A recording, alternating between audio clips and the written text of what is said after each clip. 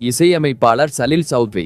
Salil Chowdhury November 19, 1923 முதல் September 5, 1995 வரை வாழ்ந்த இவர் இந்திய இசையமைப்பாளரும் கவிஞரும் எழுத்தாளரும் ஆவார். இவர் வங்காள மொழி, இந்தி, தமிழ் மற்றும் மலையாள திரைப்படங்களுக்கு இசையமைத்துள்ளார். பட்டப்படிப்புக்காக கல்கத்தா வந்த சலீல் சௌத்ரி அன்றைய அரசியல் அலையால் ஈர்க்கப்பட்டு மார்க்சியரானார்.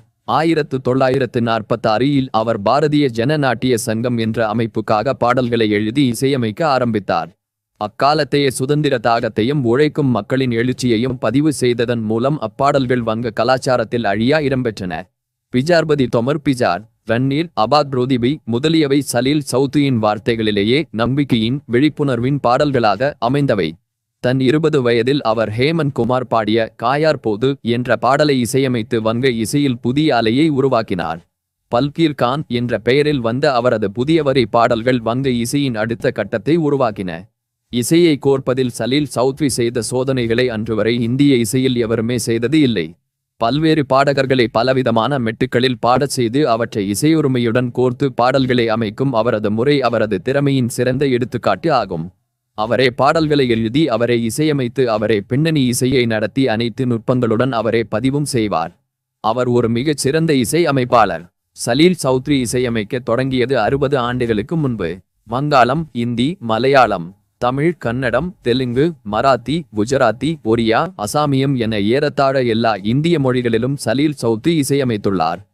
அவர் அடிப்படையில் ஒரு கவிஞர், பாடலாசிரியர், எழுத்தாளர், நாடகாசிரியர், அத்துடன் வங்கத்தின் முக்கியமான அரசியல் செயல்வீரரும் கூட. மார்க்சியராக இருந்த சலீல் சௌத்ரி அரசியல் போராட்டத்தில் சிறைவாசமும் அனுபவித்திருக்கிறார். AR ரஹ்மானின் தந்தை RK சேகர் சலீல் சௌத்ரியின் குழுவில் பணியாற்றியவர். அதே பாணியில் பல படங்களுக்கு இசையமைத்தவர். ரஹ்மானின் பல அடுக்குகளிலான பின்னணி இசை நகர்வுகள் சலீல் சௌத்ரியின் பாணிதான். இளையராஜா அவர்களும் சலீல் சௌத்ரியின் குழுவில் கிதார் வாசித்த ஒரு கலைஞனே.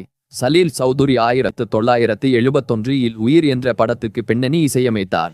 செம்மீன் படத்தில் இசையமைத்தற்காக தேசிய விருது பெற்றார். செம்மீன் இயக்குனரான ராமுகாரியட் தன் கரும்பு என்ற தமிழ் படத்துக்கு இசையமைக்க 1972 சலீல் சௌத்ரிவை அழைத்தார். அப்படம் பின்பு கைவிடப்பட்டது. ஆனால் அதில் உள்ள திங்கள் மாலை வெண்குறை, கண்ணை கண்மணியே போன்ற பாடல்கள் 70களில் இலங்கை வானொலியில் மிக பிரபலமாக இருந்தன.